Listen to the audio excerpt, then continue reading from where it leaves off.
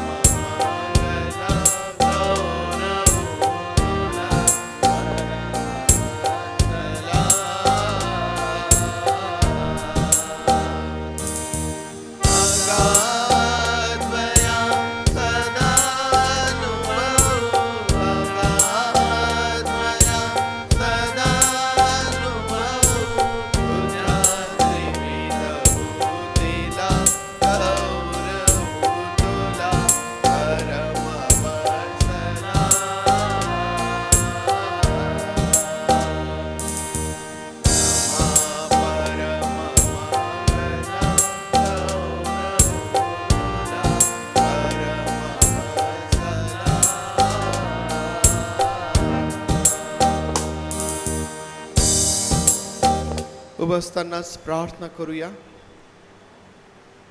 त्या प्रभू परमेश्वर देई बापाचे आभार मानूया. मागील आठवडाभर त्याने आपल्या प्रत्येकाचा सांभाळ केला, आपल्या प्रत्येकाची काळजी त्याने घेतली. त्या प्रभू परमेश्वराने आपली प्रत्येक गरज पूर्ण केली. या भयंकर उन्हापासून त्याने आपलं संरक्षण केलं. आज त्या प्रभू देई बापाचे आभार मानण्याची, त्याला धन्यवाद देण्याची पुन्हा एक वार उत्तम संधी आपल्या प्रत्येकाकडे आहे. होय प्रभूचे, तुझे आभार मानित, तुझ्या नावाला धन्यवाद देत प्रभू तुझी स्तुती करीत आम्ही तुझ्या समोर येत आहोत. प्रभू परमेश्वर देई बापा, आम्ही तुझ्या समोर येत आहोत. प्रभूचे पैत देई बापा, आभार प्रदर्शनासह देई बापा तुला धन्यवाद देत, तुला गौरव आणि सन्मान देत प्रभू आज आम्ही एक वार पुन्हा तुझ्या समोर येतो. मागील आठवडाभर तू आम्हा प्रत्येकावरती दया केलीस, आमची काळजी घेतली. पवित्र देई बापा, आमची प्रत्येक गरज तू पूर्ण केली. आम्ही तुझे मनापासून आभार मानतो. आमच्या जाण्या येण्यामध्ये, आमच्या प्रत्येक गोष्टीमध्ये तू आमचा सहाय्य करता झालास. प्रभू तू आमचा पुरवठा झालास, आम्हास आरोग्य दिलास. प्रभू आज भक्ती करण्याची ही सुंदर संधी दिली. प्रभू तुझ्या सर्व उपकारांसाठी आम्ही तुझे मनापासून आभार मानतो, तुझी स्तुती करतो आणि तुझ्या नावाला धन्यवाद धन्यवाद आणि धन्यवाद देतो. प्रभूचे आज आम्ही तुझ्या समोर येत असताना पुन्हा आज आम्ही तुला विनंती करतो. प्रभू आम्हा प्रत्येकावरती दया कर. प्रभू तू आमची क्षमा कर, आमच्या अपराधांची आम्हास क्षमा कर आणि आज तुझी उपस्थिती तू आमच्यामध्ये दे. आणि पवित्र देई बापा, तुझ्या उपस्थितीने आज आम्हा सर्वांना तू आशीर्वादित कर. जे आज आम्ही या ठिकाणी आहोत त्या आम्हा प्रत्येकाची गरज तुला माहीत आहे. पैत बापा, आमची शारीरिक गरज असेल, आमची आध्यात्मिक गरज असेल, प्रभू आज तुझ्या उपस्थितीमध्ये ती पूर्ण कर. होय पवित्र देई बापा, ती पूर्ण कर आणि तुझं गौरव तू करून घे. पैत देई बापा, आमची विनंती आहे या भक्तीच्या वेळेमध्ये उत्तम प्रकारचं वातावरण तू आम्हास दे. पैत देई बापा, आमची विनंती आहे तुझ्या लेकरांचं भक्तीकरिता येणं परत जाणं देवबापा सुरक्षित सुखरूप तुझ्या सावलीमध्ये तू होऊ दे. पवित्र देवबापा, जे आमचे प्रियजन आज दुःखनाईत आहेत, आजारी आहेत, बिछाण्यावर आहेत, अशा प्रत्येकावरही तू दया कर. पवित्र देवबापा, आम्ही त्यांची देखील आठवण करतो. उत्तम आरोग्य तू त्यास दे. सर्व मान महिमा गौरव आम्ही तुला देत आहोत. प्रभूचे सर्व भक्ती आम्ही तुझ्या हातांमध्ये समर्पित करीत आहोत. आज तुझ्या मेजासमोर येणं देखील हे आम्हासाठी आशीर्वादाचं कर. प्रभू, आशीर्वादाचं कर. प्रार्थना आमचा प्रभू येशू याच्या नावात मागतो म्हणून तू ऐक. आमेन, आमेन. बसूया आपण. पतिता ये चल सुची वायाला. आपल्या सर्वांना येईल. सर्वजण मिळून हे गीत गाऊया आणि भक्तीमध्ये पुढे जाऊया.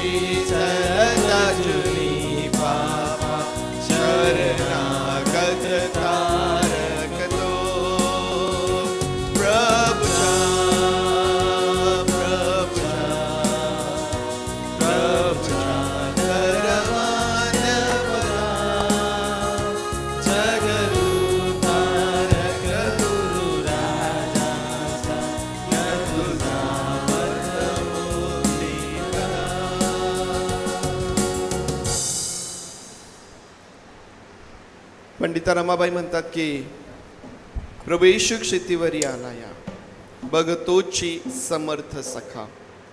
या जगामध्ये तुम्ही आणि मी राहत असताना अनेक नाते आमचे आहेत. वेगवेगळ्या प्रकारच्या नात्यांनी आम्ही वेढलेले आहोत.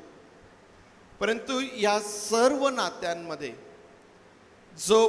जे परिपूर्ण नातं आहे किंवा जे भक्कम आहे, जे प्रत्येक परिस्थितीमध्ये आमच्याकरिता पुरेसं आहे, असा आमचा सखा जर कोणी असेल तर तो आमचा प्रभू आहे. आणि हा प्रभू हा एकच आहे, हा एकच मार्ग आहे, दुसरा मार्ग नाही. आणि म्हणून ते म्हणतात की जगधारक गुरुराजाच्या न दुजा पथ मुक्तिपदा. दुसरा मार्ग तारणाचा नाही. प्रभू येशू ख्रिस्त स्वतः म्हणतो, मार्ग, सत्य आणि जीवन मीच आहे. तो एकच तारणाचा मार्ग आहे. तो एकच आहे की जो तुमचा आणि माझा सखा आहे. तो एकच आहे की जो देवाचा पुत्र या भूतलावरती आला, तो मानव पुत्र झाला, जेणेकरून तुम्ही आणि मी जे मानव पुत्र, त्या तुम्हाला आणि मला त्याने देवाचे पुत्र बनवावे. समर्थ तो आहे, भक्कम तो आहे, सक्षम तो आहे तुम्हाला आणि मला त्या परमेश्वराच्या सानिध्यामध्ये घेऊन जाण्याकरिता. आणि म्हणून आणखीन एक गीत जे आपल्या सर्वांना येईल, आपण गाऊया उपासना संगीतामधून 107 नंबरचं गीत. त्या प्रभूला आपण सामोरे जाऊया. भक्तांनो या प्रभू समोर प्रेमाने गा उद्धार.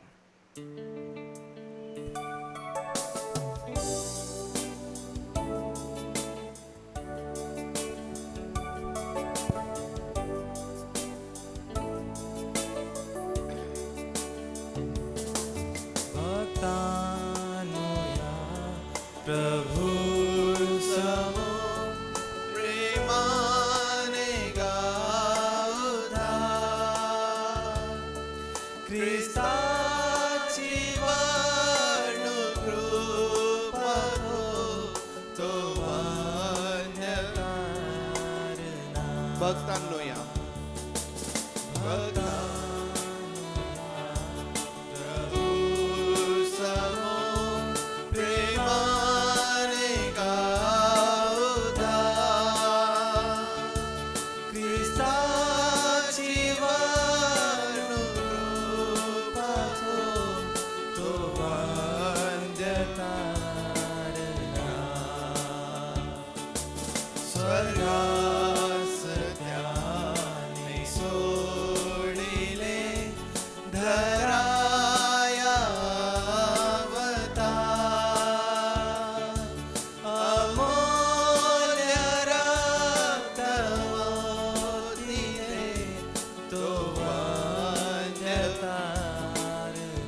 धरा सर्वप्रथम, धरा सर्व प्रसंगी भाव करी करी केव्हा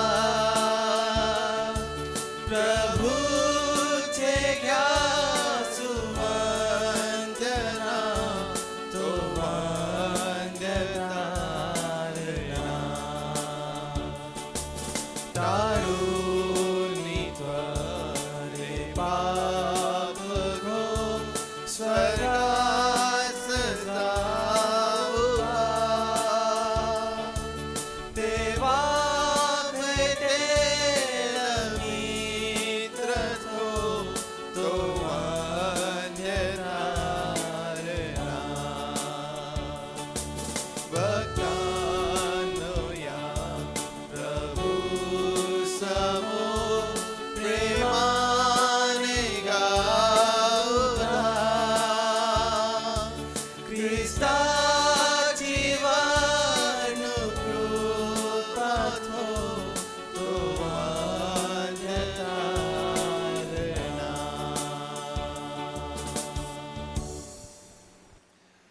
यावेळेस पवित्र शास्त्रामधून एक स्तोत्र वाचूया आणि आज रुबेन आपल्याकरिता एक स्तोत्र वाचेल. प्रभू येशूच्या नावामध्ये सर्वांना सलाम. आज आपण स्तोत्रसंहिता 20 वाचूया. विजयासाठी प्रार्थना. संकटाच्या दिवशी परमेश्वर तुझे ऐको, याकोबाच्या देवाचे नाव तुला उच्चपदी प्रस्थापित करो.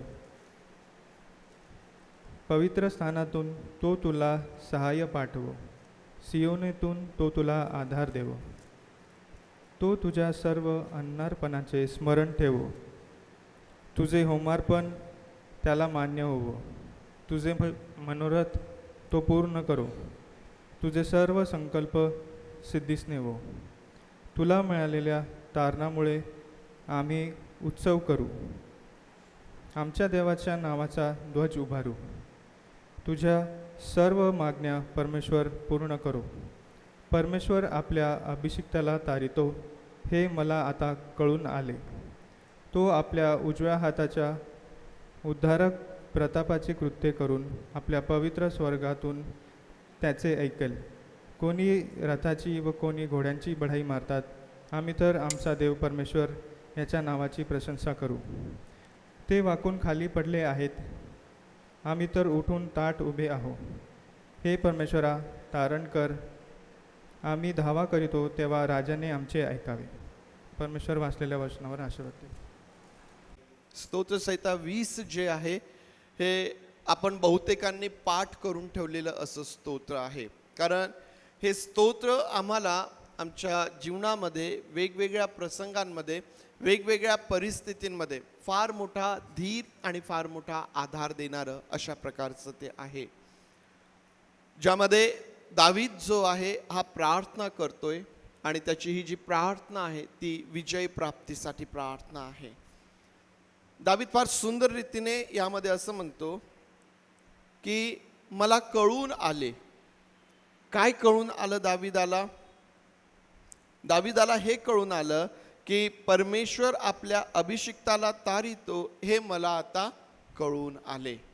दावीदाचा अनुभव आहे की परमेश्वर आपल्या अभिषिक्ताला तारितो आणि त्याचं तारण करण्याकरिता, त्याला सोडवण्याकरिता तो काय करतो? तो आपल्या उजव्या हाताच्या उद्धारक प्रतापाचे कृत्य करून आपल्या पवित्र स्वर्गातून त्यांचे ऐकतो, त्यांचे ऐकेल, त्यांचा ऐकणारा हा आमचा प्रभू परमेश्वर देव आहे. दावीद म्हणतो की मला आता कळून आले. तो आपल्या अभिषिक्ताला तारितो. मित्रांनो, आज तुम्ही आणि मी जे या ठिकाणी बसलेले आहोत, आमचा अनुभव काय आहे? आमच्या जीवनामध्ये आम्ही काय अनुभव घेतलेला आहे? जसं दावीद म्हणतो की मला कळून आलेलं आहे. परमेश्वराविषयी तो एक गोष्ट शिकला. काय आहे ती? देव आपल्या अभिषिक्तांना तारितो. आज तुमचा आणि माझा अनुभव काय आहे? आज आम्ही परमेश्वर देवबापाबद्दल काय आम्ही साक्ष देऊ शकतो? काय आमच्या जीवनामध्ये तो तारणाचा अनुभव आहे? काय परमेश्वराकडून होणारं तारण, ते अद्भुत कृत्य, याचा अनुभव आज आम्ही आमच्या जीवनामध्ये घेतलेला आहे काय? परमेश्वर सोडवणारा, प्रार्थनेचं उत्तर देणारा, परमेश्वर देव आमची कशी काळजी घेणारा, हा परमेश्वर देव आमचा कसा पुरवठा, हा परमेश्वर देव आमचं कसं आरोग्य आहे, या सर्व गोष्टी ज्या आम्ही आमच्या प्रभूमध्ये, आमच्या जीवनामध्ये आपण त्या अनुभवतो, आमचा स्वतःचा वैयक्तिक अनुभव त्यामध्ये काय आहे? जर आम्ही रोज आणि रोज परमेश्वराबरोबर चालत आहोत, जर आम्ही रोज आणि रोज परमेश्वराला आवडणाऱ्या गोष्टी करण्याचा प्रयत्न करीत आहोत, तर निश्चितच जो दाविदाचा अनुभव आहे तो अनुभव तुमचा आणि माझा देखील असू शकतो. परमेश्वर देवबाप ही वचने आपणासाठी आशीर्वादाची करोत. यावेळेस आपण प्रार्थना करूया, मंडळीकरिता मध्यस्थी करूया. सर्व मंडळीला प्रभू देवबापाच्या हातांमध्ये देऊया. महिला संघ, तरुण संघ, संडे स्कूल, मंडळीतील वयोवृद्ध लोक जे आजारी आहेत, सर्वांना आपण प्रभू देवबापाच्या हातांमध्ये सोपवूया आणि परमेश्वराचं सहाय्य मागूया. या सर्व उन्हापासून देवबापाने सांभाळावं. त्याचप्रमाणे जे सर्व सुवार्ता प्रसाराचं काम चालू आहे ते देखील प्रभू देवबापाने आशीर्वादित करावं. सर्वांना प्रभू येशू ख्रिस्ताच्या नावामध्ये सलाम. सर्वांना सलाम. परमेश्वर देवबापाच्या स्तुतीसाठी आपण पुढे जाऊया आणि आत्म्याने आणि खरेपणाने आम्ही आपल्या परमेश्वराची सेवा करूया. स्तोत्र 111:1 मध्ये म्हटलेलं आहे, दावीद म्हणतो, परमेश्वराचे स्तवन करा. सरळजनांच्या सभेत, मंडळीत मी अगदी मनापासून परमेश्वराचे उपकार स्मरण करील. आणि आजच्या ह्या दिवसासाठी आम्हाला आमचं समर्पण देवबापाला करायचं आहे आणि अगदी मनापासून आम्हाला परमेश्वराची स्तुती करायचं आहे. उपासना संगीत गीत नंबर 455 नंबर आहे, येशू प्रिय मेंढपाळा.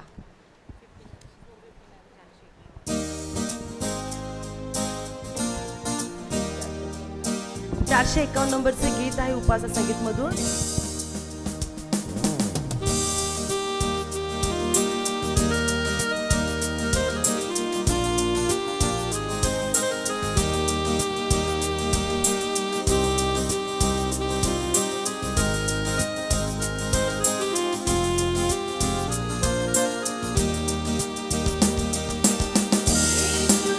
Maria,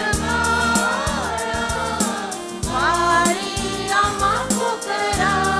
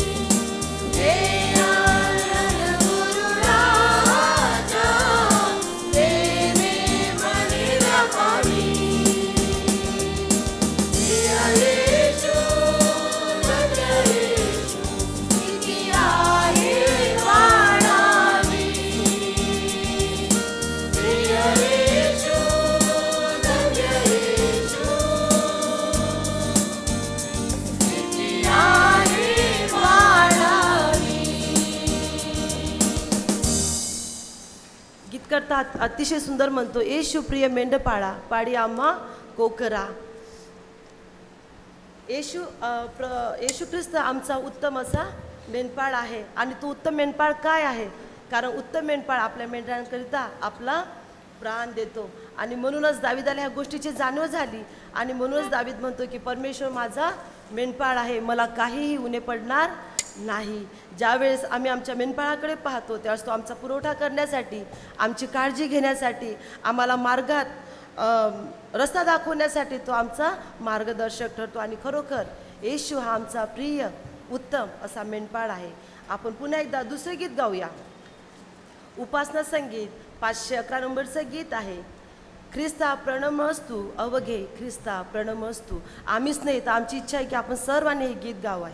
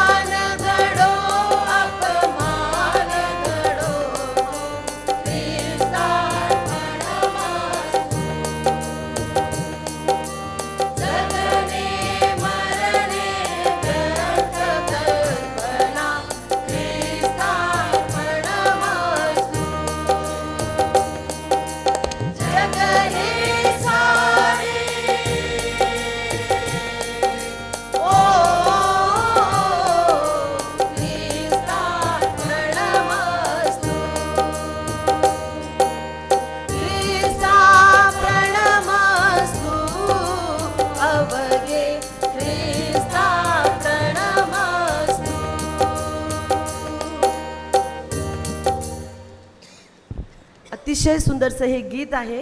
ह्या गीतामध्ये ख्रिस्ती जीवन कसं असावं, येणारे सगळे अतिशय सुंदरसं एक अनुक्रमणिका जणू काय आम्हाला त्यांनी दिलेली आहे. आणि चौथ्याच्यामध्ये तो म्हणतो, निंदास्तुतीचे गारुड सगळे, मान घडो अपमान घडो, काहीही हो सर्व काही ख्रिस्तासाठी. अतिशय सुंदरसं गीत आहे. आपण दुसरे गीत गाऊया. ईश्वरों का परमेश्वर तू है, दया और कृपा से भरा हुआ. ह्या ठिकाणी स्तोत्र 51:15 मध्ये म्हटलेलं आहे, हे देवा माझे ओठ उघड, म्हणजे माझे मुख तुझी कीर्ती वर्णील. आणि देवाच्या लोकांनो, ही वेळ आहे की आम्हाला आमचं मुख उघडायचं आहे. परमेश्वराने अनंत आशीर्वाद आम्हाला दिलेले आहे. आठवडाभर त्यानं आमचं पालनपोषण केलेलं आहे. आणि आज ही वेळ आहे की आम्ही आमचं मुख उघडून आमच्या परमेश्वराला धन्यवाद म्हणू शकतो. आणि म्हणून या ठिकाणी आपण दुसरे गीत गाऊया. ईश्वरों का परमेश्वर तू, दया और कृपा से भरा हुआ. आपण सर्वांनी गीत गायचा प्रयत्न करूया.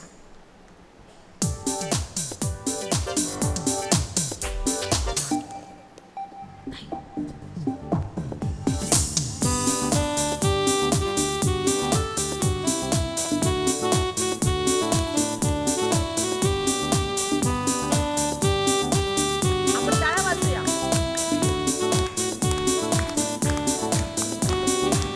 ईश्वर का परमेश्वर तू, दया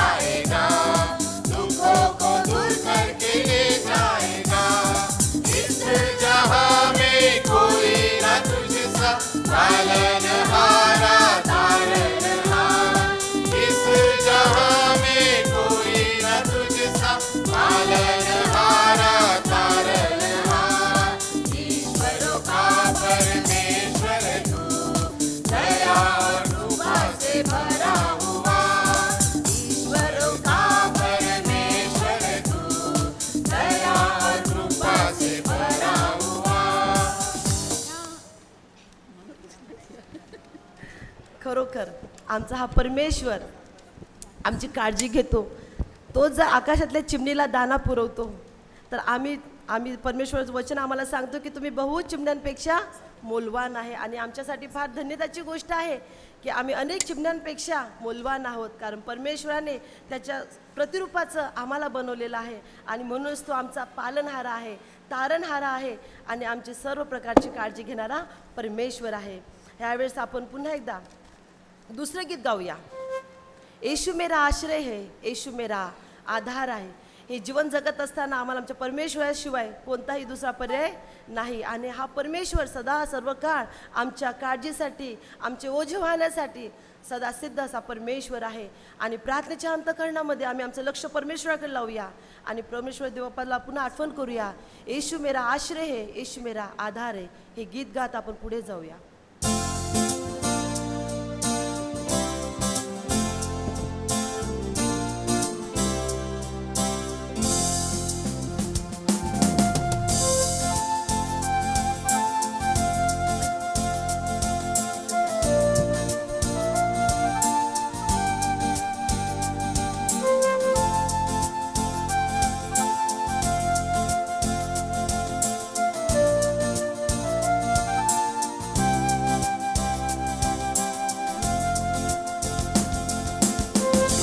मेरा आश्रय है, यीशु मेरा आधार है, यीशु मेरा आश्रय है,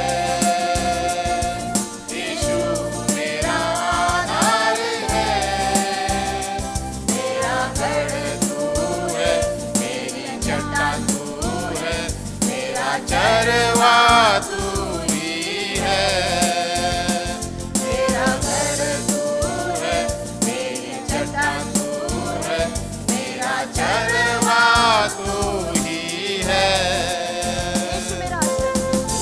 मेरा आश्रय है, यीशु मेरा आधार है.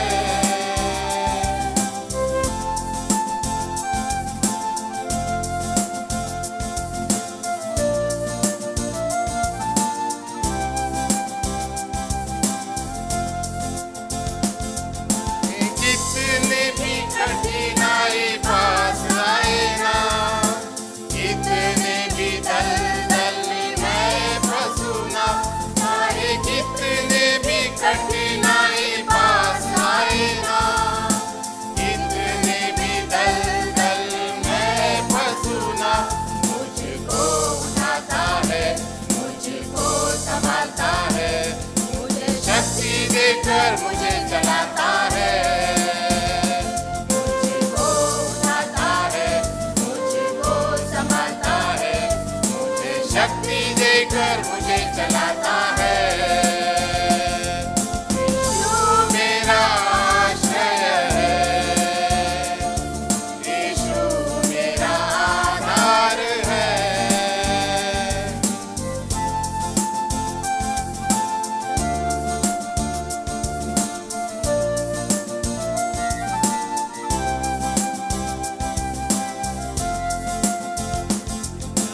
जीवन के मुश्किलों में आंधी आए ना, आध्यात्मिक जीवन में लहर उठे ना, चाहे जीवन के मुश्किलों में आंधी आए ना, आध्यात्मिक जीवन में लहर उठे ना, मेरे साथ रहता है, मुझको चलाता है, सहायक बनकर राह दिखाता है, मेरे साथ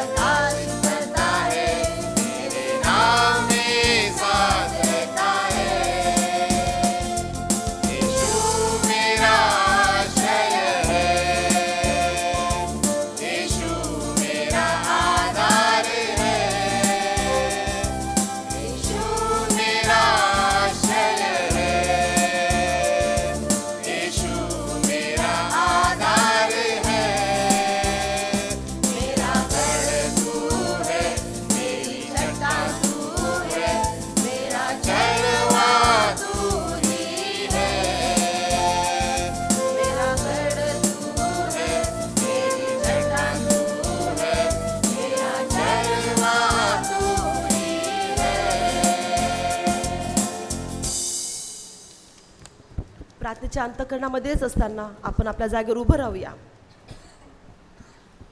आणि आम्ही आमचं सर्व लक्ष त्या परमेश्वराकडे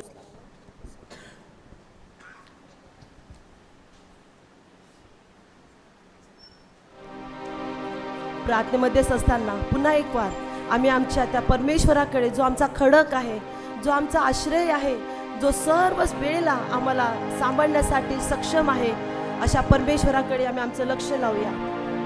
गीतकर्ता खूप सुंदरसं वर्णन करतो, चाहे कितने भी कठीण आहे पास आहे, कितने भी दलदल में मैं फसूना, परमेश्वर माझ्यासोबत आहे. किती मुश्किल माझ्या जीवनामध्ये उद्या, किती कठीण परिस्थिती असू द्या, आमच्या आध्यात्मिक जीवनामध्ये जर आम्ही कमी पडत आहोत, आमचा जीवनातला हर एक प्रश्न आमच्या परमेश्वराला माहिती आहे. प्रियांनो, आज ही वेळ आहे की आम्ही आत्मेने आणि खरेपणाने त्या परमेश्वराकडे बघूया. आमच्या जीवनातला हर एक तो क्षण, ज्या क्षणामध्ये प्रभू मी तुझ्या संगती अविश्वासू होते, आज दे बाप्पा पुन्हा एकदा तुम्हाला सहाय्य कर की मी तुझ्यासाठी उभं राहावं. कारण मनुष्यांनी जरी मला टाकलं तरी माझा परमेश्वर मला कधीच सोडणार नाही, जो माझा सदोदित आश्रय आहे, माझा आधार आहे. प्रभू देवपाला म्हणूया की प्रभू आठवडाभर तू माझा सांभाळ केलास, माझा आश्रय झालास देवा, तुझे आभार मानते. आज पुन्हा एकदा देवाचं वचन माझ्याकडे येणार आहे, प्रभूच्या मेजासमोर मी येणार आहे. प्रभू माझं अंतःकरण तू पारख, माझ्यासोबत तू राहा, माझ्या अपराध मग तुला दाखव प्रभू. आणि आज आपण आपल्या मनाचं परीक्षण करूया. आज आपल्या मेजासमोर सुद्धा यायचं आहे.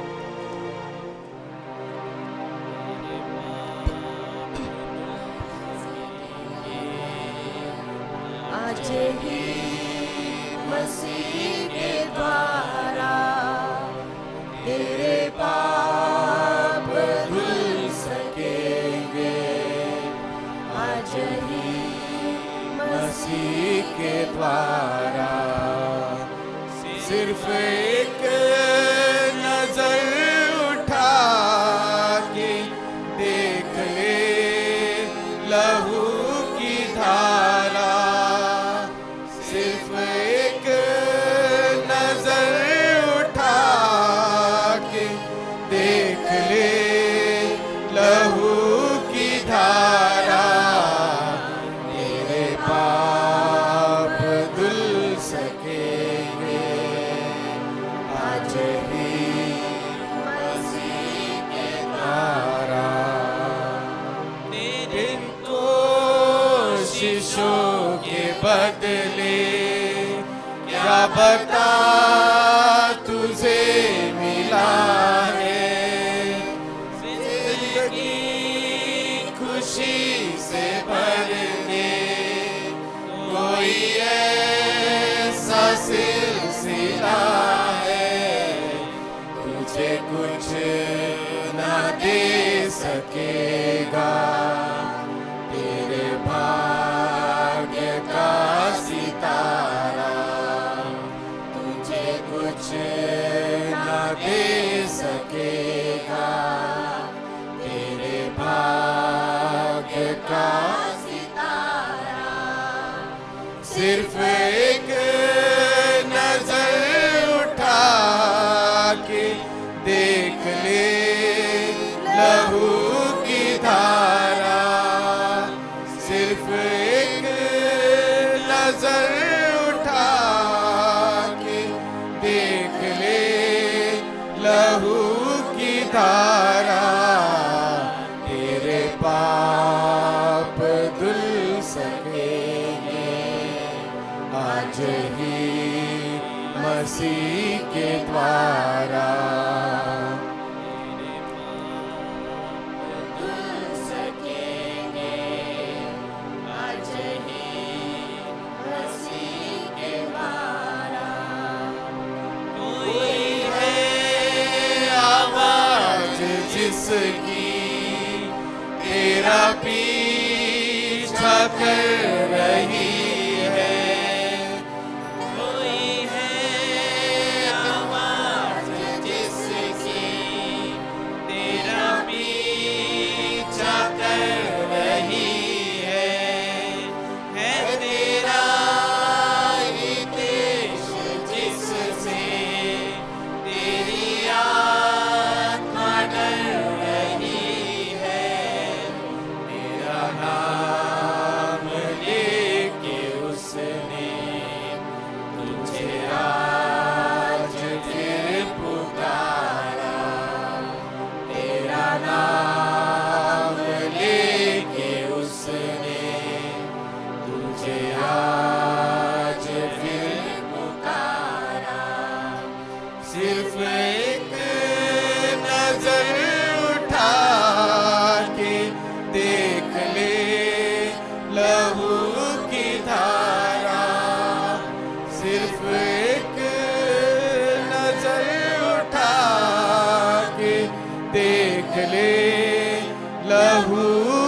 ठहरा, तेरे पाप धुल सकेंगे आज ही मसीह के द्वारा। तेरे पाप धुल सकेंगे आज ही मसीह के द्वारा। होय परमेश्वर देव बाप्पा, आमचं नाव घेऊन प्रभू देव बाप्पा तू आम्हाला हाक मारलेली आहे. आमचं नाव घेऊन प्रभू देव बाप्पा तू आम्हाला निवडलेलं आहे माझ्या राजा. खरोखर प्रभू देव बाप्पा, जर प्रभू तू आमच्यासाठी या जगात आला नसता, तुझं ते मौल्यवान रक्त प्रभू आमच्यासाठी जर तू पाडलं नसतं प्रभू देव बाप्पा, तर आज प्रभू देव बाप्पा आम्ही पापामध्ये असतो प्रभू देव बाप्पा. आम्हाला क्षमेची प्रभू देव बाप्पा कोणत्याही प्रकारची खात्री नसती, आम्हाला तारणाचा मार्ग कळाला नसता. पण तू देवा, आम्ही तुझे उपकार मानते प्रभू देव बाप्पा की आज तू आमची आठवण केलीस प्रभू देव बाप्पा. आम्ही पापी असताना ख्रिस्ता तू आमचा परमेश्वर झाला, तू आमचा बाप झाला प्रभू. आम्हाला तुझा वारीस तू बनवलेला आहे प्रभू देव बाप्पा, म्हणून तुझे आभार मानते. प्रिय प्रभू, आज तुझ्या सहभागितीमध्ये असताना पुन्हा एक वार प्रभू देव बाप्पा आमच्या मनाचं आम्ही परीक्षण करावं प्रभू देव बाप्पा. आम्ही तुझ्या प्रेमामध्ये देव बाप्पा कुठं कमी पडत आहो प्रभू देव बाप्पा. तू तर प्रभू आमचा सर्वस्व असा परमेश्वर आहे जो देव बाप्पा तू डुलकी घेत नाही प्रभू. तू आमचा रक्षक आहे, आमचा आश्रय आहे, आमचा तारण आहे प्रभू देव बाप्पा. पण तू राजा, आम्ही तुझ्याकडे येण्यासाठी कुठं ना कुठं कमी पडतो. हे प्रभू, आम्हाला आध्यात्मिक जीवनामध्ये इतकं वाढव माझ्या राजा, आम्हाला आध्यात्मिक जीवनामध्ये इतकं परिपक्व तू बनव प्रभू देव बाप्पा की येशू आमचा प्रकाश जगासमोर पडेल प्रभू देव बाप्पा. आणि येशू हे तूच करू शकतो देव बाप्पा तुझ्या लेकरांच्या जीवनामध्ये. आठवडाभर प्रभू देव बाप्पा तू आमचा प्रतिपाळ केलास, आमची काळजी घेतलीस, आमचा पुरवठा केलास प्रभू देव बाप्पा. आणि आजचा हा पवित्र वार प्रभू तू आमच्या जीवनात आणलेला आहे प्रभू देव बाप्पा. आज तुझं वचन ऐकण्यासाठी आमच्या सर्वांचे आध्यात्मिक कान तू खोल प्रभू देव बाप्पा. आज देवा तुझं वचन देव बाप्पा, त्यातलं देव बाप्पा ते रहस्य कळण्यासाठी देव बाप्पा आमचे डोळे तू उघड प्रभू देव बाप्पा. आमच्या आत्म्याची तयारी कर प्रभू देव बाप्पा. आणि येशू तुझ्यासाठी देव बाप्पा आम्हाला तुझे लेकर म्हणून तयार कर प्रभू देव बाप्पा. पुन्हा एक वार देव बाप्पा आजच्या क्षणापर्यंत तू आमची आठवण केलीस, आमच्यासोबत राहिलास, म्हणून तुझे आभार मानते. हा स्तुतीचा यज्ञ प्रभू देव बाप्पा आम्ही तुला समर्पित करतो प्रभू देव बाप्पा. आमच्यासोबत राहा, बाळासाहेबांच्या जिभेला ओठाला तू स्पर्श कर प्रभू देव बाप्पा. आणि आज ते नाही देव बाप्पा तर त्यांच्याकरवी तू आमच्या संगती बोलावंस अशी आज आम्ही प्रार्थना करतो. ही प्रार्थना आमचा जिवंत प्रभू श्री ख्रिस्त याच्याच प्रिय गोड पवित्रान मागते, म्हणून तो एक माझ्या राजा. आमेन आमेन. आपण सर्वजण आपल्या जागी बसूया. आमोसचं पुस्तक या महिन्यामध्ये आपण अभ्यासासाठी आपल्यासमोर ठेवणार आहोत. आणि आपला प्रयत्न असेल की या वर्षामध्ये जेवढेही कनिष्ठ संदेष्टे आहेत त्यांचा अभ्यास आपल्याला पूर्ण करता यावा. कनिष्ठ संदेष्टे आणि श्रेष्ठ संदेष्टे, काय अंतर आहे यांच्यामध्ये? कनिष्ठ संदेष्टे आणि श्रेष्ठ संदेष्टे म्हणजे एक संदेष्टा लहान, एक संदेष्टा मोठा, असा अर्थ आहे का त्याचा?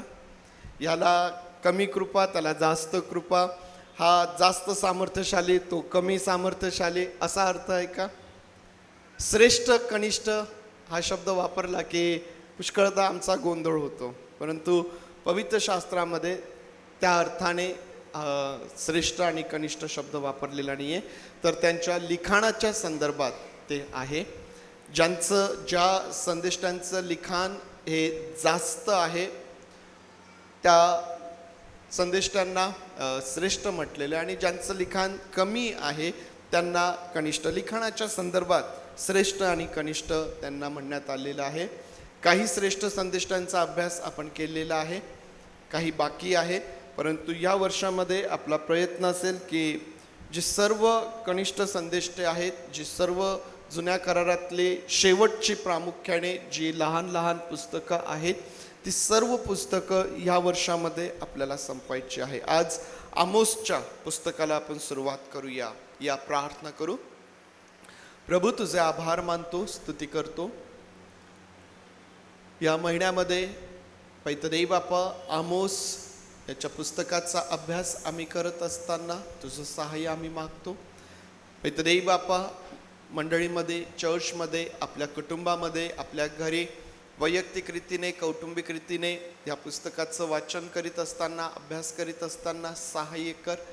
पैतदेई बापा, या पुस्तकामध्ये जे तुझं वचन आम्ही पाहतो, पैतदेव बापा, ज्या सर्व गोष्टी आम्ही त्यातून आमच्याकरिता या दिवसांमध्ये महत्त्वाच्या आहेत त्या आम्ही समजून घ्याव्यात प्रभू, याकरिता तू आमचं सहाय्य कर. पैतदेव बापा, आज तुझं वचन वाचत असताना, त्यावर मनन करत असताना देव बापा तू आम्हा प्रत्येकाचं सहाय्य कर. आम्हासोबत तू बोल, तुझ्या वचनाच्या द्वारे तू नवीनपणा, ते सर्व नवीन काम आमच्या जीवनात तू कर. त्यासाठी आम्ही स्वतःला तुझ्या हातांमध्ये सोपवितो प्रभू. तुझे आभार मानतो आणि प्रार्थना आमचा प्रभू याच्या नावात मागतो म्हणून तू ऐक. आमेन आमेन. आमोसचं जे पुस्तक आहे, लेखक आमोस आहे आणि आमोसच्या नावाचा अर्थ काय होतो? आपल्या मंडळीत पण आहे एक आमोस. आमोसच्या नावाचा अर्थ काय होतो? ओझे किंवा ओझे वाहणारा. आमोस या नावाचा अर्थ आहे ओझे वाहणारा. पुस्तकाचा जो लेखन काळ आहे तो अंदाजे ख्रिस्तपूर्व 760 ते 755 असा हा लेखन काळ त्या ठिकाणी आहे. या पुस्तकाचा जो विषय आहे तो विषय म्हणजे न्याय, नीतिमत्व व देवाकडून पापासाठी शिक्षा. या तीनही गोष्टी तुम्हाला हे पुस्तक वाचत असताना तुम्हाला वाचायला मिळतील, ज्यामध्ये न्याय, नीतिमत्व व पापासाठी देवाकडून जी शिक्षा होते ती त्यामध्ये तुम्हाला दिसून येईल. या पुस्तकाचा अभ्यास करत असताना, त्याचं वाचन करत असताना 3 भागांमध्ये तुम्ही त्याची विभागणी करून ते वाचू शकता, त्याचा अभ्यास करू शकता.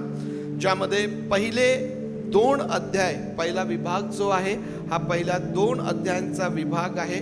या 2 अध्यायांमध्ये तुम्हाला काय वाचायला मिळेल तर भोवतालची जी राष्ट्र आहे त्या राष्ट्रांविषयी परमेश्वराच्या मनात काय आहे, या भोवतालच्या राष्ट्रांविषयी जो परमेश्वराचा न्याय आहे त्या संदर्भात तुम्हाला या पहिल्या 2 अध्यायात वाचायला मिळेल. त्यानंतर 3 ते 6 या अध्यायांमध्ये 3 फार मर्मभेदक अशा प्रकारचे संदेश त्या ठिकाणी तुम्हाला पाहायला मिळतील, वाचायला मिळतील. आणि मग 7 ते 9 या शेवटच्या 2 अध्यायामध्ये, या शेवटच्या अध्यायांमध्ये तुम्हाला भविष्यसूचक अशी 5 दृष्टांत त्या ठिकाणी त्यांचा उल्लेख आहे. 5 दृष्टांत तुम्हाला या शेवटच्या अध्यायांमध्ये वाचायला मिळतील. या प्रकारे आमोसच्या पुस्तकाची विभागणी करून तुम्ही त्याचं वाचन करू शकता, त्याचा अभ्यास तुम्हाला करता येईल. आमोस त्याच्याबद्दल म्हटलेलं आहे की तो मेंढपाळ त्याला म्हटलेला आहे, उंबराच्या झाडांची निगा राखणारा तो आहे, व्यावसायिक संदेष्टा तो नाही. म्हणजे ज्या प्रकारे संदेष्टांचा समूह असतो, त्यांची एक विशिष्ट ओळख असते, राजदरबारी त्यांचा एक विशिष्ट मान असतो, त्या प्रकारचा हा आमोस संदेष्टा नाही, तर तो मेंढपाळ आहे, उंबराच्या झाडांची निगा करणारा आहे, राखणारा आहे. आणि हे आपलं काम तो करत असताना, मेंढरांच्या मागं तो असताना परमेश्वराने त्याची निवड केली, परमेश्वराने त्याला जबाबदारी दिली आणि आमोस जो आहे ही जबाबदारी स्वीकारतो आणि त्या ठिकाणी तो परमेश्वराकरिता त्याचं काम, त्याची सेवा तो त्या ठिकाणी करताना आम्हाला दिसून येतो. आज या पुस्तकावरती मनन करत असताना जो विषय आपण पाहणार आहोत तो पुन्हा एकदा तुम्हाला सारखा वाटेल. ज्या प्रकारे आपण मागच्या महिन्यामध्ये होशेच्या पुस्तकाचा अभ्यास करत असताना इस्रायल लोकांची दुष्ट वागणूक दाखवण्यासाठी जी अलंकारिक भाषा त्या ठिकाणी वापरलेली आहे, त्या अलंकारिक भाषेचा आपण विचार केला, अभ्यास केला. त्याच प्रकारे आमोसच्या पुस्तकामध्ये जी रूपकात्मक भाषा आहे, जी रूपकं त्याने वापरलेली आहे, जी भाषा त्याने वापरलेली आहे, त्याकडं आज आपण आपलं लक्ष लावणार आहोत. परमेश्वर देवबापाचं वचन हे आमच्यासोबत वेगवेगळ्या प्रकारे बोलतं. महत्वाचं आहे की आम्ही परमेश्वराचं वचन ऐकण्यासाठी कोणत्या मनस्थितीने आणि कशा प्रकारच्या तयारीने बसलेला आहोत. जर आम्ही बाळकसाहेब आता अर्धा पाऊण तास बोलतील, आम्हाला बसून राहायचं आहे, एकमेकांशी बोलता येणार नाही, म्हणून बसून राहा. जर असं असेल तर देवबापाचं वचन हे अंतःकरणापर्यंत पोहोचणार नाही. कारण जर अशा अवस्थेत आम्ही बसणार तर आम्हाला झोप येणार.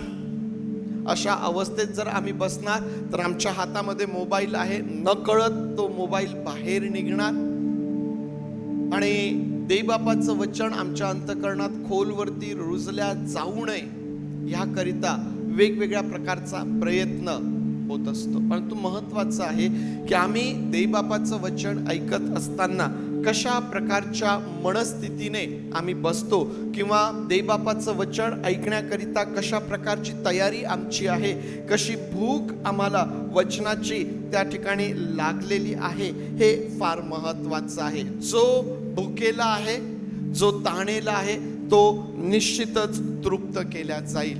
आणि म्हणून आम्ही मोठ्या उत्सुकतेने आज देवबापाचं वचन माझ्यासोबत काय बोलणार आहे ते त्याकडे आम्हाला विशेष लक्ष द्यायचं आहे. पहिलं वचन जे आज आपण वाचणार आहोत ते आमोसचं पुस्तक अध्याय 2 आणि वचन 13 जे आहे ते मी तुमच्यासाठी वाचत आहे. आमोस 2 अध्याय वचन 13. यामुळे पहा, धान्याच्या पेंढ्यांनी गच्च भरलेला गाडा जसा खाली दबतो तसे मी तुम्हाला दाबीन. आता काय आम्ही अर्थ काढायचा यामधून? एक अलंकारिक किंवा रूपकात्मक भाषेचा वापर या ठिकाणी करण्यात आलेला आहे. देवबापाचं वचन या ठिकाणी सांगतं की पहा, धान्याच्या पेंढ्यांनी गच्च भरलेला गाडा, ज्याला आम्हाला सोप्या भाषेत असं म्हणता येईल की गाडीमध्ये क्षमतेपेक्षा अधिक माल भरणे किंवा त्यामध्ये सामान ठेवणे, काय होणार आहे? ती गाडी दबणार. आपल्या गाडीची कॅपॅसिटी आहे 4+1 6+1 आणि त्या गाडीमध्ये कसंही कोंबून आम्ही 12-15 जण बसवले, काय होणार आहे? गाडी दबलेली दिसेल. शॉकअप जे आहेत ना ते बसून जातील. प्रत्येकाची एक विशिष्ट क्षमता आहे, मर्यादा आहे आणि ज्या वेळेस त्यापेक्षा अधिक भार त्यावरती पडतो त्या ठिकाणी दबून जातो. पुष्कळदा मनुष्य जो आहे ना आपल्या जीवनामध्ये वेगवेगळ्या प्रसंगांना आणि वेगवेगळ्या परिस्थितींना तोंड देत असताना म्हणतो की आता हे माझ्या शक्ती पलीकडे झालेलं आहे. आम्हाला तो भार अतिशय जड वाटतो. त्या ओझ्याने आम्हाला जणू काही आम्ही वाकून गेलो आहोत, आम्ही दबून गेलो आहोत, आम्हाला श्वास घेता येत नाही, आम्हाला पुढे जाता येत नाहीये. गुदमरलेली अवस्था त्या ठिकाणी होते ज्या वेळेस क्षमतेपेक्षा अधिक ओझ आम्हावरती टाकल्या जातं. या ठिकाणी परमेश्वराचं वचन आमोस या इस्रायल लोकांना, या यहुदी लोकांना तो सांगत आहे की परमेश्वर काय म्हणतो? परमेश्वर म्हणतो की गाडीमध्ये धान्याच्या पेंढ्यांनी जसं ती गच्च भरतात आणि मग त्यामुळे ती गाडी जशी दबते तसं मी तुम्हाला दाबेल, तसं मी तुम्हाला दाबेन. भार त्या ठिकाणी आम्हाला पाहायला मिळतो. ओझ्याने दबलेली अवस्था आम्हाला त्या ठिकाणी पाहायला मिळते. आणि कोण म्हणत आहे? परमेश्वर म्हणत आहे की मी तुम्हाला दाबणार. परमेश्वराच्या हातांचा भार कोणी सहन करावा? परमेश्वराच्या हातांचा भार कोणी सहन करावा? परमेश्वर म्हणतो की मी तुम्हाला दाबेन. काय कारण आहे? काय कारण आहे याचं? देवाच्या लोकांची दुष्ट वागणूक. देवाच्या लोकांची दुष्ट वागणूक स्वतःवरती परमेश्वराच्या क्रोधाचा, परमेश्वराच्या न्यायाचा भार ओढवून घेते. देवाचे लोक जेव्हा देवाच्या विरुद्ध वागतात, देवाचे लोक जेव्हा देवाने ज्या गोष्टी करू नका म्हणून म्हटलेलं आहे तरीही मुद्दामून कठीण अंतःकरणाने त्या गोष्टी करतात, तेव्हा आम्ही जणू काही देवाच्या क्रोधाला, देवाच्या न्यायाला आमच्या जीवनामध्ये जणू काही आम्ही त्या ठिकाणी आमंत्रण देत असतो. या ठिकाणी जेव्हा परमेश्वर म्हणतो की मी तुम्हाला दाबेन, तो परमेश्वराचा क्रोध, तो परमेश्वराचा न्याय ज्याच्या खाली परमेश्वर म्हणतो की तुम्ही दबून जाल आणि तो म्हणतो की कोणीही सुटणार नाही. जर तुम्ही पुढची वचने जर वाचली तर त्यामध्ये तुम्हाला दिसेल की वेगवेगळ्या लोकांचं वर्णन केलेलं आहे, पण तो शेवटी परमेश्वर म्हणतो की कोणीही त्यामधून सुटणार नाही. कोणीही त्यामधून सुटणार नाही. भार, ओझ जे आहे ते त्या ठिकाणी आहे. हे कशाचं ओझ आहे? हा कशाचा भार आहे? हा देवाचा न्याय आहे. प्रियांनो, काय वाटतं तुम्हाला? मी तुम्हाला सुरुवातीला विचारलं की परमेश्वराच्या हातांचं ओझ, तो भार कोणाला सोसवेल? परमेश्वराचा न्याय कोणाला सोसवेल? त्याचा क्रोध जो आहे तो कोणाला सोसवेल? प्रियांनो, कोणी तो सहन करावा? आम्हाला माहित आहे, जर देवाच्या न्यायाचा, त्या क्रोधाचा भार जर तुम्हाला हलकासा असा अनुभवायचा असेल ना, तर प्रभू येशू ख्रिस्ताच्या वधस्तंभाकडे पहा, प्रभू येशू ख्रिस्ताच्या दुःख सहनाकडे पहा.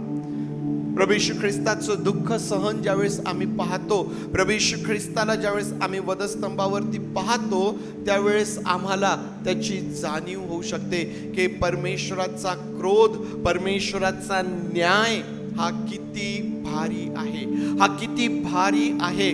प्रभू म्हणतो की जर शक्य असेल तर हा प्याला माझ्यापासून तू दूर कर. हा कशाचा प्याला आहे? हा क्रोधाचा प्याला आहे. प्रियांनो, परमेश्वराने आपल्या एकुलत्या एक पुत्रावरती कशाचा भार लादलेला आहे? प्रियांनो, तो न्याय आहे. आणि कशासाठीचा न्याय आहे? कारण तुम्ही आणि मी जे पाप त्या ठिकाणी केलं, त्या पापाचा तो परिणाम आहे आणि तो भार प्रभू त्या ठिकाणी वाहून नेतो. आज जेव्हा तुम्ही आणि मी प्रभूच्या मेजासमोर येणार, आम्ही आठवण करणार. कशाची आठवण करणार? काय आम्हाला त्या ठिकाणी आठवायचं आहे? प्रियांनो, आम्हाला त्या ठिकाणी आठवायचं आहे की आमचा बचाव कसा झालेला आहे, आमचं तारण कसं झालेलं आहे.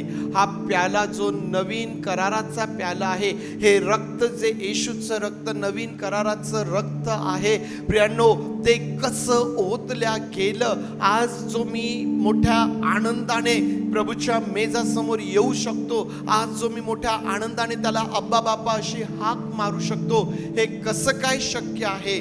कारण प्रभू येशू ख्रिस्ताने तो भार, ते ओझ जे आहे ते सहन केलेलं आहे. प्रियांनो, आमोस संदेश देत असताना परमेश्वराचं वचन इस्रायल लोकांना सांगतो की परमेश्वर असं म्हणतो, मी तुम्हाला दाबेन.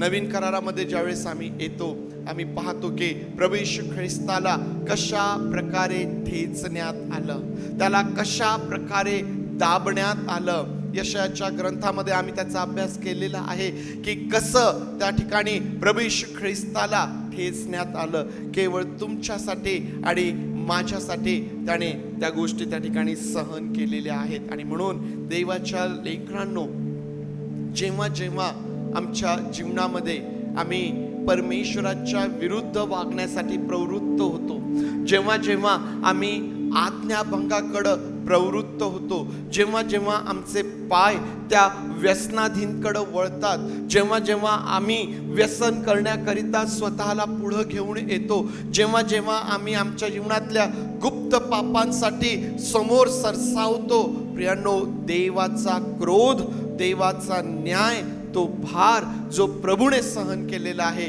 त्याची आठवण करा. कारण आज संधी आहे, आज आम्ही क्षमा मागण्याच्या द्वारे आम्हाला तारण मिळेल. परंतु जर आजची संधी आम्ही गमावली तर प्रियांनो, तो भार, ते ओझ कोणालाही सहन करता येणार नाही. दुसरं वचन आपण त्या ठिकाणी वाचूया, जे आम्हाला या प्रकारे सांगतं. 3रा अध्याय, आमोसचं पुस्तक 3रा अध्याय वचन 8, ज्यामध्ये असं म्हटलेलं आहे, सिंहाने गर्जना केली आहे, त्याला भिणार नाही असा कोण? प्रभू परमेश्वर बोलला आहे, संदेश दिल्या वाचून कोणाच्याने राहावेल. आता पुन्हा या ठिकाणी रूपकात्मक किंवा थोडस अलंकारिक भाषा आम्हाला आमोस वापरताना दिसतो, ज्यामध्ये तो असं म्हणतो की सिंहाने गर्जना केली आहे, भिणार नाही असा कोण आहे. परमेश्वर देव बोलला आहे, संदेश न देता कोणाच्याने राहावेल. प्रियांनो, ज्यावेळेस या वचनाकडं आम्ही पाहतो, आम्हाला लक्षात येतं की आमोसला प्राप्त झालेलं कर्तव्य, त्याची जबाबदारी या ठिकाणी आम्हाला दिसून येते. ज्यावेळेस आम्ही आमोसचं पुस्तक वाचतो, आमोस फार स्पष्ट म्हणतो, मी काही संदेष्टा नाही, मी काही संदेष्टा नाही, मी तर मेंढरांच्या मागं असताना परमेश्वराने मला निवडलं, परमेश्वराने मला पाठवलेलं आहे, परमेश्वराने मला जो संदेश देण्यासाठी सांगितलेला आहे तो संदेश मी त्या ठिकाणी देत आहे. आणि म्हणून या वचनामध्ये आम्हाला आमोसला परमेश्वराने निवडलं. आणि आमोस असं म्हणतो की जर परमेश्वर बोलला आहे, जर परमेश्वर बोलला आहे तर कोणाच्याने गप्प बसवेल, कोणाच्याने गप्प बसवेल. तुम्ही पहा, ज्या लोकांनी आपल्या जीवनामध्ये परमेश्वराच्या सामर्थ्याचा अनुभव घेतलेला आहे, प्रियांनो, ते लोक कधीच गप्प बसू शकत नाही. ते बोलणार. ते कशाविषयी बोलणार? ते परमेश्वराच्या सामर्थ्याविषयी बोलणार. ज्या लोकांनी आपलं लक्ष परमेश्वराकडे लावलेलं आहे आणि ज्यांना परमेश्वरापासून संदेश प्राप्त झालेला आहे, ते गप्प बसू शकत नाहीत, ते बोलतात. आमोस देखील या ठिकाणी तेच सांगत आहे. ज्यावेळेस आमोसला विरोध होतो, ज्यावेळेस आमोसला म्हटलं जातं की तू संदेश द्यायचा नाही, आमोस म्हणतो की जर परमेश्वर मला बोलत आहे, जर परमेश्वराने मला सांगितलेलं आहे तर मी कसं गप्प बसणार? मीच काय, कोणीही ज्याने जर परमेश्वर बोललेला आहे, जर परमेश्वर त्याच्याशी बोललेला आहे तर कोणालाही त्या ठिकाणी गप्प बसवत नाही. ते बोलणार, ते परमेश्वराविषयी बोलणार. आमोस काय जबाबदारी आहे, काय कर्तव्य त्याला आहे? जा आणि सांग, जा आणि सांग.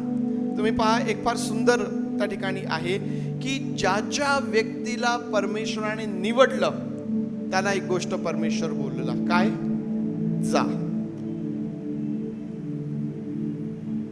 जा. परमेश्वराच्या आवडीचा शब्द आम्हाला म्हणता येईल. काय आहे परमेश्वराच्या आवडीचा शब्द? जा.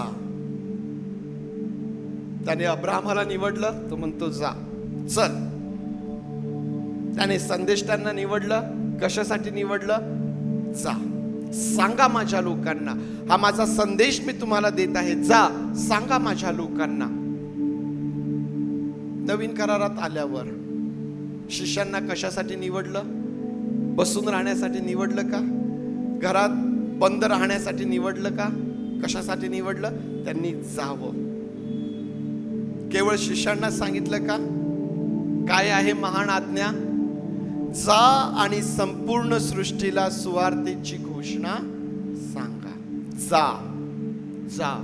ज्या प्रत्येकाला परमेश्वराने निवडलेलं आहे त्याच्यावरती परमेश्वराने विशिष्ट जबाबदारी सोपवलेली आहे. आणि परमेश्वराने सोपवलेली जबाबदारी पूर्ण करण्यासाठी आम्हाला बाहेर पडावं लागेल, आम्हाला बाहेर यावं लागेल, आम्हाला परमेश्वरासाठी आपली पावलं उचलावी लागतील. आम्हाला परमेश्वरासाठी ज्या कम्फर्ट झोनमध्ये आम्ही आहोत, आमच्या ज्या आरामदायक स्थितीमध्ये आम्ही आहोत, त्यातून आम्हाला बाहेर यावं लागेल. तेव्हा कुठं आम्हाला परमेश्वरासाठी काम करता येईल, तेव्हा कुठं आम्हाला परमेश्वराची सेवा आम्हाला करता येईल. ज्यावेळेस हा आमोस त्याची मेंढरं चारत आहे, कदाचित त्या कामामध्ये तो प्रवीण आहे, त्या कामामध्ये तो हुशार आहे, परंतु परमेश्वर देव त्याला तेथून बोलावतो आणि म्हणतो, जा माझ्या लोकांना मी सांगेल तो संदेश तू द्यायचा आहे. परमेश्वर ह्या प्रकारे आम्हावरती जबाबदारी सोपविणार आहे. परमेश्वराचं वचन फार सुंदर सांगतं की जितक्यांदा तुम्ही ही भाकर खाता किंवा जितक्यांदा तुम्ही हा प्याला पिता, तितक्यांदा तुम्ही काय करता? प्रभूच्या मरणाची तो येईपर्यंत घोषणा करता. प्रभूच्या मरणाची तो येईपर्यंत घोषणा करता. आणि मी तुम्हाला माहिती, मी नेहमी सांगत असतो की जो मरण पावला तो पुन्हा कसा येईल. प्रभूच्या मरणाची तो येईपर्यंत घोषणा करा. यामध्ये तुम्हाला आणि मला माहित आहे की जो मरण पावला तो तिसऱ्या दिवशी पुन्हा उठलेला आहे. तो तिसऱ्या दिवशी पुन्हा उठलेला आहे. आणि हेच आम्हाला जगाला जाऊन सांगायचं आहे. याचीच घोषणा आम्हाला जगासमोर करायची आहे. प्रियांनो, आमोस म्हणतो की सिंहाने गर्जना केली आहे, भिणार नाही असा कोण आहे. परमेश्वर बोलला आहे, संदेश दिल्या वाचून कोणाला राहावे. जे आज तुम्ही आणि मी या ठिकाणी बसलेले आहोत, प्रियांनो, आमच्याशी परमेश्वर बोलला आहे काय? कधी आम्हाला असं वाटलेलं आहे का की जी महान आज्ञा परमेश्वराने दिली ती आज्ञा माझ्यासाठी आहे? कधी आम्हाला असं वाटलं का की मीही जाऊन माझ्या प्रभूबद्दल कोणाला तरी सांगावं? कधी आम्हाला असं वाटलं का की मीही माझा प्रभू जो पाप क्षमेसाठी मरण पावला, जो माझा प्रभू तिसऱ्या दिवशी पुन्हा उठला, जो मला घ्यायला परत येणार आहे, मी त्याच्याविषयी अजून कोणाला तरी सांगावं, माझ्यापासून ही सुवार्ता इतरांपर्यंत जावी, असं कधी आम्हाला वाटलं का? आम्हाला वाटायला पाहिजे. आम्हाला ही आमची जबाबदारी समजायला पाहिजे. आम्हाला हे आमचं कर्तव्य समजायला पाहिजे. जर परमेश्वर बोलला आहे, जर परमेश्वराकडून तारणाचा अनुभव तुम्ही घेतलेला आहे, तर आज फार स्पष्टपणे आम्हाला हे सांगता येईल की ज्या व्यक्तीच्या जीवनामध्ये तारणाचा अनुभव आहे ती व्यक्ती स्वस्थ बसत नाही. ती व्यक्ती प्रभूच्या सेवेसाठी बाहेर पडते. ती व्यक्ती त्या तारणाविषयी, त्या व्यक्तीने घेतलेल्या त्या अनुभवाविषयी, त्या प्रभूच्या विषयी ती इतरांना ती व्यक्ती सांगत राहते. प्रियांनो, ती गप्प बसू शकत नाही. ती गप्प बसू शकत नाही. पुढचं एक वचन आणखीन आपण वाचूया. वचन 12, 3रा अध्याय आणि वचन 12 मध्ये असं म्हटलेलं आहे, परमेश्वर म्हणतो, जसा मेंढपाळ सिंहाच्या तोंडातून 2 तंगड्या अथवा कानाचा एखादा तुकडा बचावतो, तसे पलंगाच्या कोपऱ्यात रेशमी गादीवर बसणारे इस्रायलाचे वंशज आपला जीव वाचवतील. आता हे जे वचन आहे हे कशाबद्दल आम्हाला सांगत आहे? तर अवशेष जो वाचेल त्याच्या संदर्भात हे वचन सांगत आहे. मेंढपाळ सिंहाच्या तोंडातून 2 पाय, एखादा तुकडा वाचवतो.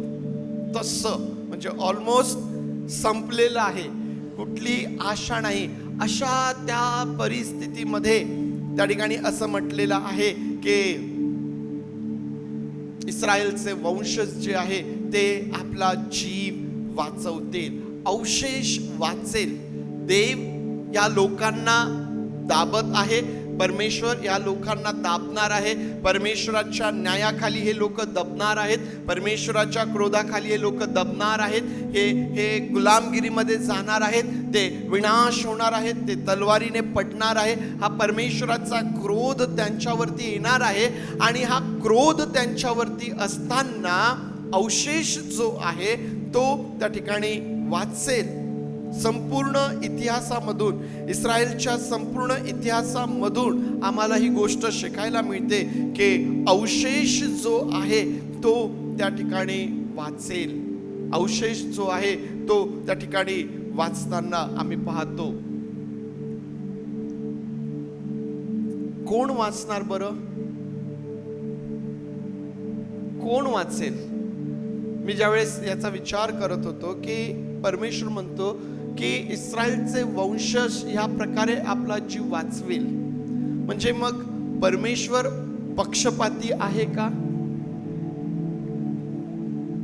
वाचवण्यासाठी किंवा अवशेष वाचवण्यासाठी परमेश्वर देव कोणाच्या तरी अपराधांकडे दुर्लक्ष करतोय असं आहे काय? मी तुम्हाला फार मोठमोठे संदेश देतो म्हणून मी काहीही करू शकतो आणि परमेश्वर माझ्याकडे कानाडोळा करेल, परमेश्वर माझ्याकडे पाहणार नाही असं आहे काय? नाही.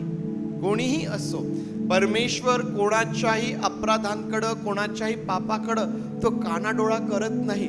मग मी हा विचार करत होतो की हा अवशेष कसा वाचून राहतो बरं? हा अवशेष कसा वाचून राहतो? त्याचं एक उत्तर मला ह्या प्रकारे सापडलं प्रियांनो, की सर्व त्या दुष्टतेमध्ये जेव्हा संपूर्ण राष्ट्र हे दुष्टतेकडे गेलेलं आहे, जेव्हा सर्वत्र सर्व प्रकारचं वाईट पसरलेलं आहे, अशा परिस्थितीमध्ये जे देवाचं भय बाळगून राहतात किंवा जे अशा परिस्थितीमध्ये स्वतःला परमेश्वरासाठी पवित्र ठेवण्याचा प्रयत्न करतात, तो अवशेष वाचतो प्रियांनो. त्यांचे वंशज त्या ठिकाणी वाचविल्या जातात. अब्राहम कोणासाठी मध्यस्थी करतो? कोणत्या नगरांसाठी मध्यस्थी करतो? सदोम आणि गमोरासाठी तो मध्यस्थी करतो. 50 पासून सुरू करतो. कुठवर येतो? सापडलेत का तेवढे तरी? सापडलेत का तेवढे तरी? मग परमेश्वराने काय केलं? सर्व नगराचा त्या ठिकाणी नाश झालेला आहे. सर्व नगराचा नाश त्या ठिकाणी झालेला आहे. आज आमच्यासाठी हे फार महत्वाचं आहे बरं, की आमच्या अवतीभोवतीची परिस्थिती ही किती बिघडलेली असू द्या, सर्व प्रकारचा भ्रष्टाचार, सर्व प्रकारचं वाईट आमच्या अवतीभोवती असेल, व्यसनाधीनतेमध्ये जीवन जगणारे लोक आमच्या अवतीभोवती असतील, तेही आम्हाला प्रवृत्त करत असेल की काही नाही होत, जीवन आहे, आनंद करायचा. लक्षात ठेवा, परमेश्वर पाहतोय. परमेश्वर पाहतोय. अवशेष वाचविल्या जातो. घराणं आशीर्वादित होतं केव्हा? जेव्हा आम्ही आमच्या आजूबाजूला जेव्हा सर्व प्रकारचं वाईट पसरलेलं आहे, प्रत्येक जण हा देवाच्या विरुद्ध वागत आहे, अवाज्ञा करत आहे, देवाला आवडत नाही असं जीवन जगत आहे, अशा जगामध्ये, अशा लोकांमध्ये आम्ही राहत असताना आम्ही देवाचं भय बाळगून राहणे, स्वतःला परमेश्वरासाठी शुद्ध आणि पवित्र ठेवण्याचा प्रयत्न करणे, ही बाब आम्हाला आणि आमच्या घराण्याला आशीर्वादित करणारी ठरते प्रियांनो. परमेश्वर पाहतोय, परमेश्वराला दिसतं, परमेश्वर देव हा पाहणारा आहे. कदाचित लोक आमच्यावरती हसतील, कदाचित लोक आमची टिंगल उडवतील, कदाचित लोक आम्ही ते करावं म्हणून आम्हाला प्रवृत्त करतील, परंतु जेव्हा आम्ही त्यांच्यासारखं वागत नाही, आम्ही त्यांच्यासारखं करत नाही, म्हणून कदाचित ते आम्हाला वाळीत टाकतील, कदाचित ते आमचा छळ करतील, आमच्यासोबत वाईट अशा प्रकारची वागणूक आम्हाला देतील, परंतु हे सर्व आम्ही जेव्हा परमेश्वरासाठी सहन करण्यास आम्ही तयार असतो आणि त्या ठिकाणी आम्ही परमेश्वराचं भय बाळगून पवित्रतेमध्ये स्वतःला राखण्याचा प्रयत्न करतो. प्रियांनो, परमेश्वर पाहतोय. तो आम्हाला त्यामध्ये वाचविणारा परमेश्वर आहे. तो आम्हाला त्यामध्ये सांभाळणारा परमेश्वर आहे. तो केवळ आम्हालाच नव्हे तर आमच्या घराण्याला, तो केवळ आम्हालाच नव्हे तर आमच्या वंशजांना आशीर्वादित करणारा आमचा परमेश्वर आहे. मागच्या आठवड्यामध्ये एका व्यक्तीबरोबर मी बोलत होतो आणि त्याने मला हेच सांगितलं की कशा प्रकारे आर्थिक फायदा करून घेण्याची संधी त्या व्यक्तीकडे आली, परंतु तो परमेश्वराला न आवडणारा मार्ग असल्यामुळं त्या व्यक्तीने नाकारलं. नाही, हे मी करणार नाही. म्हटलं का? कोणाला दिसतं, कोणाला कळतं? त्या व्यक्तीने हेच म्हटलं, परमेश्वर पाहतोय. जर मी आज तसं करेल तर त्याचा परिणाम कदाचित माझ्या लेकरांना सहन करावा लागेल. कदाचित परमेश्वराचा क्रोध जर माझ्यावरती आला तर तो मी आणि कदाचित माझी लेकरं सहन करू शकणार नाही. परमेश्वरासाठी ह्या प्रकारे मनाची तयारी करणे, परमेश्वरासाठी या प्रकारे स्वतःला सादर करणे, प्रियांनो, हे आम्हाला या जगामध्ये आशीर्वादित करणार आहे. अशा प्रकारचे विचार, अशा प्रकारची मनस्थिती ही आम्हाला या जगामध्ये आशीर्वादित करणारी आम्हाला दिसून येते. परमेश्वर देव हा सांभाळ करणारा, परमेश्वर देव हा संरक्षण करणारा परमेश्वर आम्हाला दिसून येतो. प्रियांनो, शेवटचं एक वचन वाचूया आणि मग आपण थांबूया. 8वा अध्याय आणि वचन 11 आणि 12.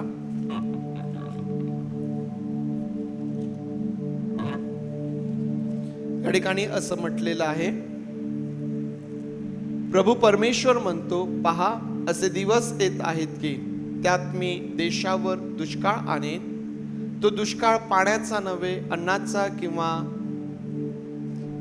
पाण्याचा नव्हे, तर तो परमेश्वराची वचने ऐकण्यास संबंधीचा होईल. ते ह्या समुद्रापासून त्या समुद्रापर्यंत भटकतील, उत्तरेपासून पूर्वेपर्यंत पडत झडत जातील. ते परमेश्वराचे वचन प्राप्त करून घेण्यासाठी इकडून तिकडे धावतील, तरी त्यास ते प्राप्त व्हायचे नाही. या ठिकाणी वचनाच्या दुष्काळाच्या संदर्भात आमोस या ठिकाणी उल्लेख करतो. परमेश्वर काय म्हणतो की येणाऱ्या दिवसांमध्ये मोठा दुष्काळ येईल. हा दुष्काळ अन्नाचा नसेल, हा दुष्काळ पाण्याचा नसेल, तर हा दुष्काळ कशाचा असेल? परमेश्वराचं वचन ऐकण्या संबंधीचा हा दुष्काळ असेल. इस्रायल लोकांची परिस्थिती काय झाली होती माहिती आहे? ज्यावेळेस तुम्ही आमोसचं पुस्तक वाचाल त्यावेळेस तुमच्या लक्षात येईल की ज्या लोकांना परमेश्वराने निवडलं, ज्यांना नाझीर म्हणून निवडलं, त्यांना मद्य पाजण्यासाठी हे लोक प्रवृत्त करतात. ज्यांना संदेष्ट म्हणून निवडलेलं आहे त्यांनी संदेश देऊ नये म्हणून त्या ठिकाणी त्यांना विरोध केला जातो. आणि ही जी एकंदर परिस्थिती परमेश्वर पाहतो, परमेश्वर म्हणतो की आता यामुळे असा प्रकारचा दुष्काळ मी आणेल की तो दुष्काळ माझ्या वचनासंबंधी असेल. देवाचं वचन ऐकण्यासंबंधीचा दुष्काळ. तुम्ही खूप प्रयत्न कराल, तुम्ही पडत झडत प्रयत्न कराल, पूर्वेपासून पश्चिमेपर्यंत तुम्ही प्रयत्न कराल, परंतु तुम्हाला परमेश्वराचं वचन प्राप्त होणार नाही. वचनाचा दुष्काळ. काय फरक पडणार आहे त्याने?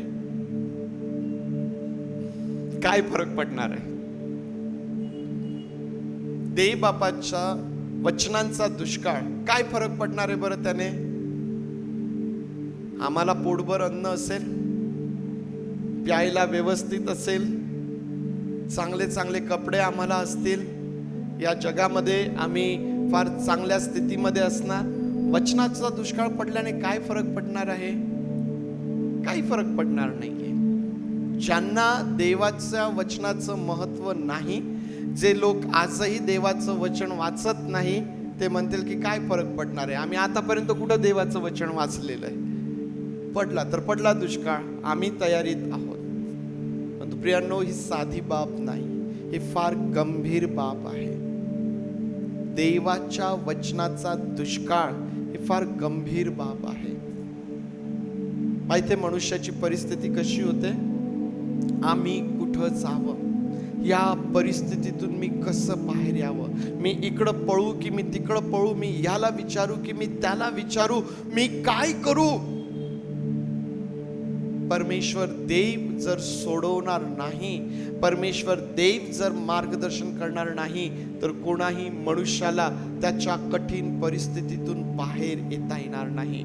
वचनाचा दुष्काळ प्रियांनो हा एवढा भयंकर दुष्काळ आहे की तो दुष्काळ केवळ आमच्या या जगातल्या जीवनावर परिणाम करेल असं नव्हे, तर तो आमच्या आध्यात्मिक जीवनावर, आमच्या स्वर्गीय जीवनालाही प्रभावित करणारा तो दुष्काळ आहे प्रियांनो.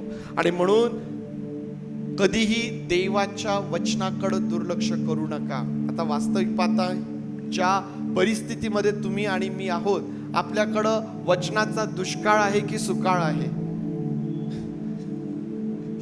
काय म्हणाल तुम्ही? वचनाचा दुष्काळ आहे की सुकाळ आहे? भरपूर वचन आहे, भरपूर वचन आहे. घरी बसल्या बसल्या म्हणजे तुम्ही सकाळी वचन ऐकायला सुरुवात केली तर दिवस संपेल, परंतु वचन संपणार नाही. एवढा सुकाळ आहे, एवढा सुकाळ वचनाचा आहे. आता प्रत्येकाने या सगळ्यामधून नेमकं काय घ्यायचं आहे हे प्रत्येकाला समजायला पाहिजे. कारण या भयंकर हा जो वचनाचा जो सुकाळ आहे ना, त्यामुळं आज पुष्कळांनी देवाच्या वचनाला फार गमतीचं करून टाकलेलं आहे. कोणीही काही कशाही प्रकारचा अर्थ त्या ठिकाणी लावतो, चुकीच्या पद्धतीने ते सादर करतो. आणि आज अशा प्रकारचा जो सुकाळ आम्ही पाहतोय ना, त्याचा परिणाम आध्यात्मिक वाढीपेक्षा एक विरुद्ध सगळं वातावरण होत चाललेलं आहे. आणि म्हणून जपायचं आहे, आम्हाला जपायचं आहे ना. सुकाळानंतर कोणती परिस्थिती येते? सुकाळ आहे, दुष्काळ आहे, या दोनच स्थिती आहे ना. म्हणून आम्हाला सावध राहायचं आहे, आम्हाला तयार राहायचंय. प्रियांनो, परमेश्वराचं वचन, त्याचं महत्व आम्हाला आमच्या जीवनामध्ये समजायला पाहिजे. मला आज सकाळी थोडंसं टेन्शन होतं. कशाचं टेन्शन होतं? की आज तुम्हाला समोर देवाचं वचन कसं दाखवता येईल. आज जे नेहमी ऑपरेट करतात ती लेकरं बाहेर आहेत, मग आता कसं होणार? झाली व्यवस्था. परंतु जे लोक फक्त त्यावरती अवलंबून राहतात, आम्ही चर्चमध्ये गेल्यावर आमच्या समोर स्तोत्र आहे स्क्रीनवरती, जे जे वचन वाचल्या जाईल ते प्रत्येक वचन आम्हाला समोर डोळ्यासमोर दिसेल. म्हणून जे फक्त त्यावरती अवलंबून राहतात, एक दिवस फजिती होईल तुमची, एक दिवस फार भयंकर फजिती होईल तुमची. आणि म्हणून या डिजिटल प्लॅटफॉर्मसाठी किंवा यावरती अवलंबून राहू नका. तुमचं वचन जे आहे, देवबापाचं वचन जे आहे, पवित्र शास्त्र जे आहे, ते सोबत बाळगा. मी नाही विचारणार की किती जणांनी पवित्र शास्त्र सोबत आणलं, परंतु तुमचं पवित्र शास्त्र तुमच्या सोबत पाहिजे. ते वचन नियमित वाचणे आणि त्यावरती मनन करून त्यातून आपल्यासाठी परमेश्वराचं मार्गदर्शन मिळवणे, याचा सराव करून घ्या. याची सवय आम्हाला असायला पाहिजे. जर आम्ही निष्काळजीपणाने वागलो, जर आम्ही दुर्लक्ष केलं, जर ज्या प्रकारे हे इस्रायल लोक देवाच्या वचनाला महत्त्व देत नव्हते, परमेश्वर म्हणतो मग तुम्ही महत्त्व देत नाही तर मी तुमच्यावरती दुष्काळ आणेल. आमच्या जीवनासंबंधाने तसं होता कामा नाही. जर परमेश्वर आमच्या जीवनात पाहिल की माझं लेकरू, माझा मुलगा, माझी मुलगी ऐकायला तयार नाही, वचन घरात आहे परंतु वाचायला तयारच नाहीये, दुर्लक्ष करून टाकलेलं आहे, जर परमेश्वराने आमच्या संबंधाने जर असं म्हटलं तर प्रियांनो, आमची परिस्थिती जी आहे ती अतिशय भयंकर होईल. आणि म्हणून आम्हाला जपायचं आहे. आम्हाला काय करायचं आहे? आम्हाला तयारीत राहायचं आहे. सुकाळ आहे ना, अशाच प्रकारचा सुकाळ कुठं होता? आठवतं का शास्त्रात काही? अशा प्रकारचा सुकाळ कुठं होता? मिसर देशामध्ये होता, सर्वत्र होता. आणि मग त्या 7 वर्षांनंतर काय येणार होता? दुष्काळ येणार होता. आणि म्हणून त्या ठिकाणी यौसेफाची नेमणूक करण्यात आली की त्याने त्या दुष्काळाच्या वर्षांसाठी व्यवस्था करून ठेवावी, तयारीत असावं. आज तुम्ही आणि मी तयारीत आहोत काय? या आपले डोळे आपण बंद करूया. आणि आज जे देवबापाचं वचन आमच्यासाठी आहे, आज आम्ही तयार आहोत काय? किंवा आम्ही कशा प्रकारची तयारी करीत आहोत, हे आमच्यासाठी महत्वाचं आहे. हे आमच्यासाठी महत्वाचं आहे. आज आम्ही देवबापाच्या वचनाला दुर्लक्षित करीत आहोत काय? निष्काळजीपणाने आम्ही वागत आहोत काय? आम्ही स्वतःला विचारावं. परमेश्वराने आम्हावर जबाबदारी दिलेली आहे, जा आणि सांगा. आम्ही आजपर्यंत त्यासाठी कधी स्वतःला प्रोत्साहित केलेलं आहे काय? आज जेव्हा माझ्या भोवतालची परिस्थिती बिघडलेली आहे, माझ्या आजूबाजूचे लोक सर्व वाईट करतात, मग मी केलं तर काय बिघडलं? परमेश्वर पाहतोय प्रियांनो. परमेश्वरासाठी घेतलेला तुमचा निर्णय, परमेश्वरासाठी तुम्ही जेव्हा उभे राहता की नाही, हे परमेश्वरासाठी मी करणार नाही, माझ्या प्रभूला हे आवडत नाही, प्रियांनो, त्याचे फार मोठे प्रतिफळ आणि आशीर्वाद तुम्हाला आणि तुमच्या घराला प्राप्त होतात. देव बापा, आज त्यासाठी तू आमचं सहाय्य कर. प्रभू, आज त्यासाठी तू आमचं सहाय्य कर.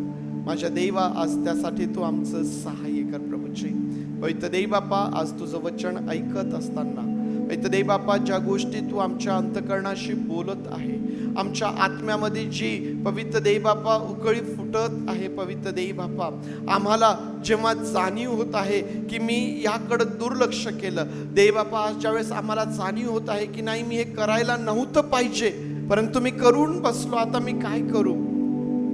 प्रभू, क्षमा कर बाबा, आणि पुढं जाण्यासाठी आमचं सहाय्य कर. प्रभू, पुढं जाण्यासाठी देव बापा तुला आवडेल अशा प्रकारचं जीवन जगण्याकरिता तू आमचं सहाय्य कर. प्रभूजी पवित्र देव बापा, आज आम्ही सर्वजण पुन्हा एकदा नव्याने स्वतःला तुझ्या हातांमध्ये सोपवितो आणि प्रार्थना आमचा प्रभू याच्या नावात मागतो, म्हणून तू ऐक. आमेन. आमेन.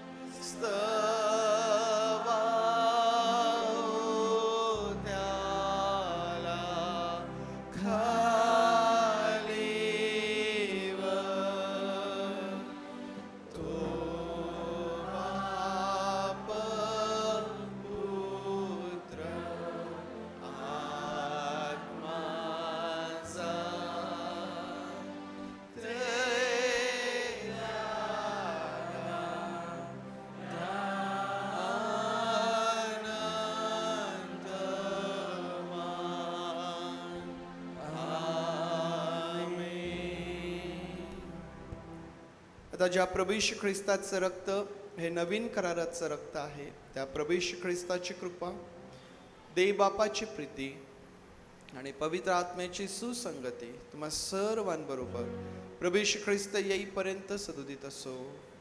आमेन.